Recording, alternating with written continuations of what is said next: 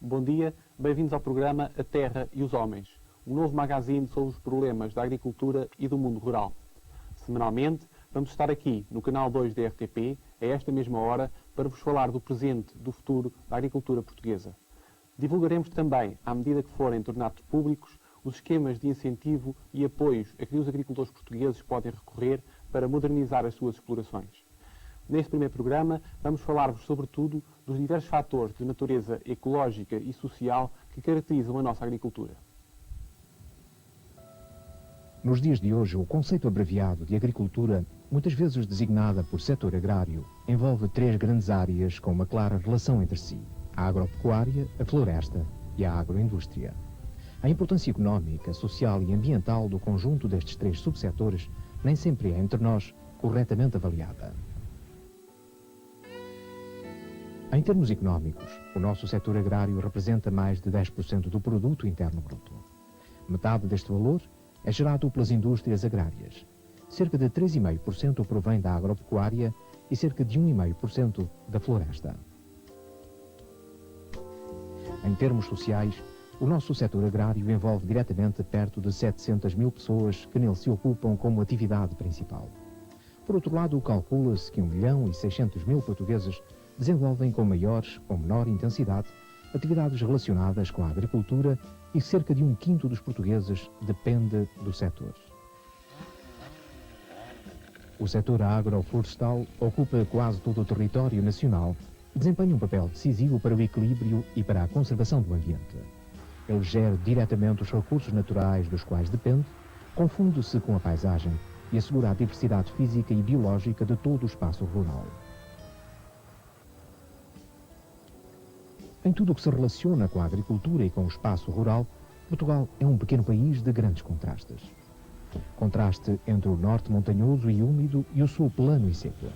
Contraste entre o litoral populoso e o interior escassamente povoado. Contraste entre solos férteis e solos improdutivos. Contraste entre as pequenas explorações agrícolas orientadas para o autoconsumo e as grandes empresas agrícolas viradas para o mercado. Eu venho de uma região do norte, de Trás-os-Montes e do Douro.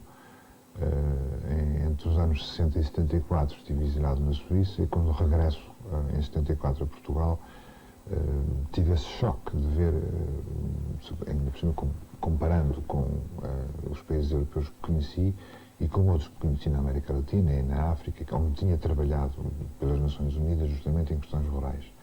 E quando cheguei a Portugal senti o choque desse atraso, o atraso que era tecnológico, económico, social, cultural. São os contrastes naturais, económicos e sociais que determinam a grande diversidade, mas também a complexidade da nossa agricultura. As condições naturais que mais influenciaram a agricultura e determinam a sua diversidade são o clima, as disponibilidades de água, a qualidade dos solos e o relevo. Do ponto de vista climático, como disse o professor Orlando Ribeiro, Portugal é mediterrâneo por natureza e atlântico por posição, sendo essas as influências que, conjugadas com a componente continental, determinam os tipos, os modos e as tradições de fazer agricultura no nosso país. Infelizmente para a nossa agricultura, as regiões onde a chuva é mais abundante e o clima moderado pelo oceano, escasseiam as terras e sobram as gentes e as montanhas. Pelo contrário, onde a água é rara e o clima é excessivamente quente, sobram as terras e escasseiam as gentes. A falta de água numa parte das nossas regiões agrícolas que se tem acentuado de forma dramática não é um fenómeno recente, mas constitui uma das maiores limitações ao desenvolvimento agrícola do país. Apesar da relativamente pequena extensão do nosso território continental, temos regiões onde a água existe em excesso e outras onde ela não é suficiente para as necessidades das plantas e dos animais e, mais recentemente, nem mesmo das próprias populações. A qualidade dos solos portugueses está também longe de ser homogénea. Os nossos solos agrícolas constituem um mosaico com origens e idades muito variadas. Conjugando as várias características físicas e químicas dos solos com os diferentes tipos de limitação para as práticas agrícolas, o declive, a drenagem, a acidez, etc., utiliza-se em Portugal há muitos anos uma classificação que distingue os solos agrícolas dos não agrícolas em termos de capacidade de uso.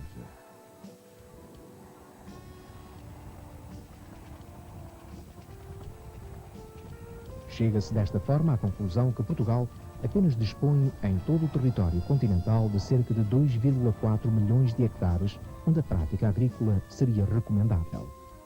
Por outras palavras, pouco mais de um quarto do nosso território tem uma verdadeira vocação agrícola, sendo a área restante de mais de 6 milhões de hectares, na sua maior parte, apenas suscetível de aproveitamento florestal. Por essa razão, e uma vez que a ocupação agrícola atinge atualmente cerca de 4 milhões de hectares e que a floresta ocupa cerca de 3 milhões e 200 mil hectares, costuma dizer-se com algum fundamento que temos agricultura a mais e floresta a menos relativamente às nossas potencialidades naturais. Sou daqueles que pensam que a agricultura é uma atividade extremamente importante para o contexto nacional. Penso que ela terá que ser ambientalmente correta, tecnicamente apropriada, economicamente viável e socialmente aceitável. Estes 4 pontos definem as orientações que a agricultura portuguesa deve vir a sofrer no futuro. A repartição do relevo é bastante diferente entre o norte e o sul do Tejo. No sul, mais de 60% são terras baixas, com altitudes inferiores a 200 metros.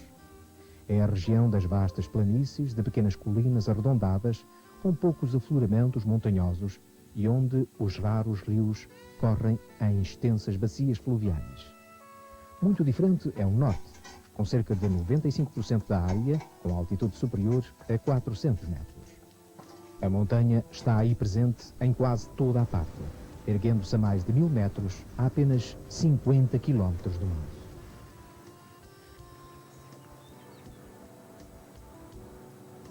Presentemente, existem em Portugal cerca de 450 mil explorações agrícolas e 22 mil empresas no setor agroindustrial. Eu penso que se deve procurar o tal plano de ordenamento que nos tem faltado, porque com um plano de ordenamento da agricultura portuguesa teria sido mais fácil o nosso acesso à comunidade. E teria sido também, penso eu, e poderá, penso eu, no futuro, vir a definir claramente o posicionamento da agricultura. No que diz respeito ao número de explorações e à superfície agrícola utilizada, o país pode dividir-se em 3 zonas. Numa primeira, em que as explorações são muito numerosas e onde a superfície agrícola utilizada é bastante reduzida, abrangendo o entre Douro Minho e a beira litoral, onde no conjunto existem 40% das explorações agrícolas do continente, mas que dispõe apenas de 12% da superfície agrícola utilizada. Uma segunda zona em que a relação entre o número de explorações e a superfície agrícola é intermédia e mais equilibrada. É o caso das regiões de Trás-os-Montes, da beira interior, do Ribatejo e Oeste e do Algarve. No conjunto destas regiões, existem cerca de 50% das explorações e 40% da superfície agrícola utilizada.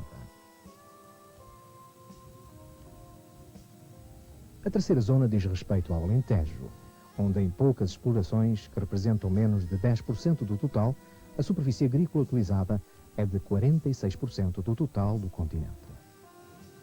Este tipo de estrutura fundiária, cuja média por exploração ronda os 8,5 hectares, encerra grandes disparidades regionais.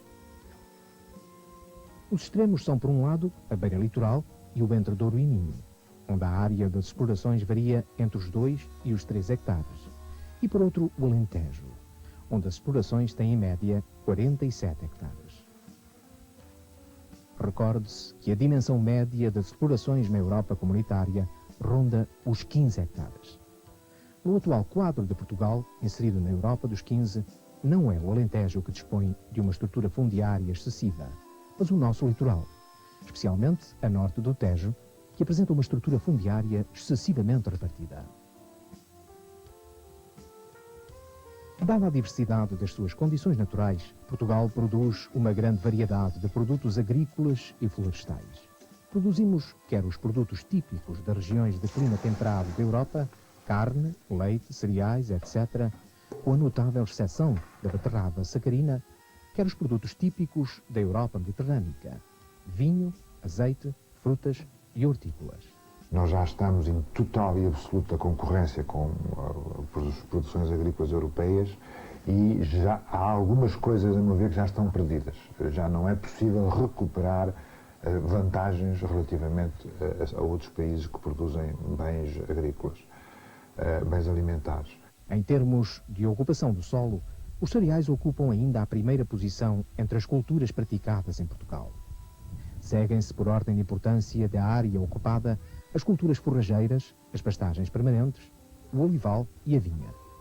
Por último, vêm as culturas industriais e hortícolas, as frutícolas, a batata e as leguminosas.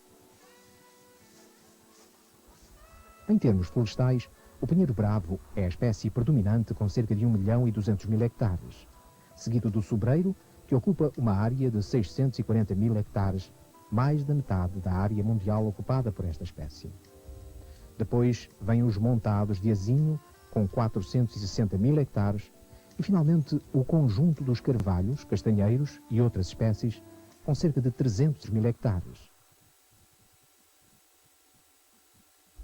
Face a esta diversidade de fatores que condicionam a agricultura, importa compreender qual deles poderá vir a ter mais importância para o futuro dos agricultores portugueses. Sr. Professor Carlos Portas, qual o principal fator que condiciona a agricultura portuguesa? O principal fator que condiciona a agricultura portuguesa é difícil de uma resposta muito exata, porque há vários fatores que a condicionam, e eu queria falar, antes de mais nada, num deles, que é este. Portugal tem solos bastante pobres quando comparado com os nossos parceiros europeus. Portugal é uma espécie de uma escultura, é uma espécie de um país esculpido. Nós não temos grandes planícies, não temos sequer grandes planaltos. Isto é uma sucessão de pequenos vales, pequenas lesírias. As nossas zonas planas são muito reduzidas quando comparadas com aquelas que os rios grandes portugueses têm para lá das nossas fronteiras. Portanto, Portugal é um país em que as zonas com bons solos são muito escassas. Mas Portugal é um país também com um clima, outro fator, bastante favorável. É de facto um país de clima relativamente ameno.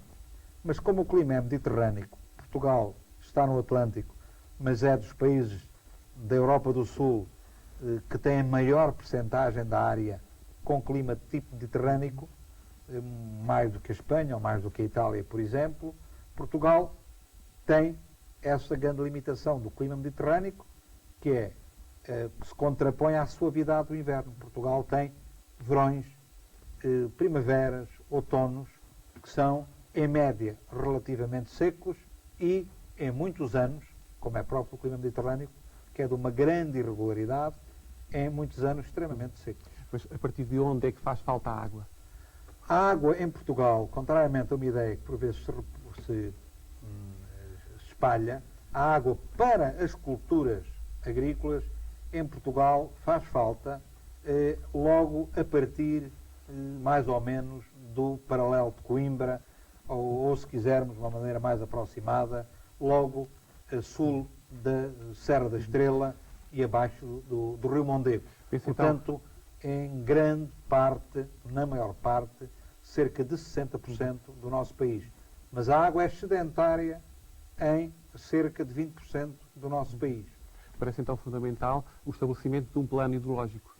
É, do meu ponto de vista, dado que nós não podemos aproveitar melhor os solos, porque não se fabrica o solo, nós não temos solos artificiais como os polders da Holanda para fazer, não temos grandes rios para regularizar, embora regularizar em termos de formação de solo, embora haja pequenas zonas, como é o caso da Ria de Aveiro, em que ainda se pode fazer alguma coisa no sentido de conquistar solo agrícola, mas realmente o que nós temos é que tirar partido de um clima relativamente ameno em termos térmicos e realmente complementar com a água. Transferindo, portanto, a água. Muito obrigado, Sr. Professor. Bom, vamos ver o que pensa o atual Ministro da Agricultura sobre as limitações e potencialidades do mundo rural. Eu Eu por natureza sou de um otimismo moderado que pretendo ser realista, mas à partida eu considero que é fundamental que a agricultura portuguesa tenha progresso. É uma atividade essencial para o desenvolvimento do meio rural, é uma atividade essencial para a estabilização social no território, é uma atividade essencial para a preservação do meio ambiente. E por isto é absolutamente indispensável que a administração pública, o Estado, o Governo, deem o apoio para que isso possa ser uma realidade. Um dos mais importantes fatores de desenvolvimento da agricultura portuguesa é a preparação de um novo tipo de agricultor. Sr. Professor Braga da Cruz, quais são as limitações sociais da nossa agricultura? Olha, em primeiro lugar, o subdesenvolvimento ou o atraso da grande maioria das zonas rurais. Não é possível pensar o desenvolvimento da agricultura sem pensar o desenvolvimento regional e o desenvolvimento local. Os cidadãos que se dedicam à agricultura não podem ser considerados cidadãos de segura, de maneira que devem dispor das mesmas condições de acesso à educação, à saúde e à cultura, idêntico ao de todos os outros cidadãos do país. Em segundo lugar, eu diria que há que melhorar e significativamente os recursos humanos da agricultura. Temos que criar um tipo novo de agricultor. A maior parte dos agricultores, outrora, eram identificados com a população analfabeta, com a população sem instrução, sem formação profissional. A maior parte dos agricultores vivia de um saber feito de experiência próprio, aprendiam artesanalmente com os seus antepassados. É fundamental dar formação especializada, instrução básica em primeiro lugar, dar educação e dar formação profissional. Mas como é que se cria esse novo tipo de agricultor? Exatamente, dando formação profissional, dando especialização profissional. Só um profissional capaz não apenas de produzir, mas também capaz de saber produzir para o mercado, o mesmo é dizer que saiba vender, pode contribuir para a modernização da agricultura portuguesa. Outrora, a maior parte dos agricultores produzia para a autossubsistência. Com a progressiva modernização começou a produzir para o mercado nacional, hoje tem que começar a produzir para um mercado que é europeu, que é internacional. E para isso precisa de informação.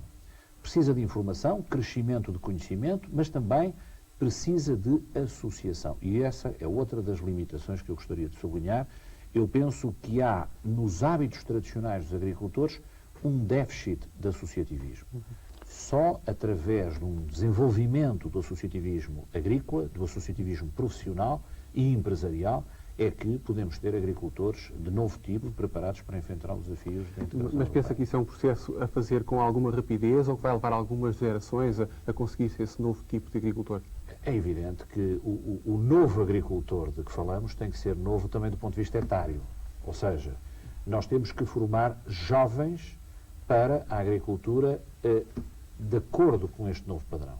Um padrão de profissionalidade, um padrão de conhecimento, de educação e que, ao mesmo tempo, seja capaz de fazer face a outras deficiências estruturais que gostaria também de acentuar. Em primeiro lugar, o problema das dimensões das explorações, que não têm que ser idênticas para todo o país, porque a agricultura que se deve fazer em Portugal é distinta de zona para zona.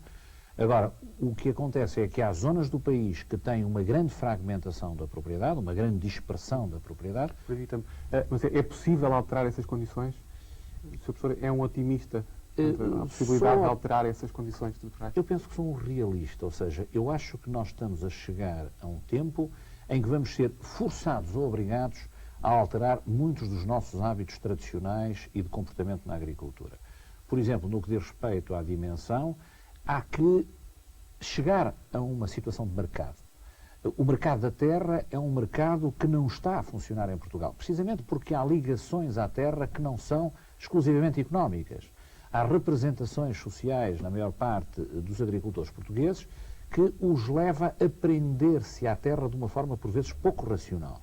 Ora, é através da criação de noções de mercado também que nós poderemos contribuir para a regularização das dimensões das explorações agrícolas. Muito obrigado, Sr. Professor.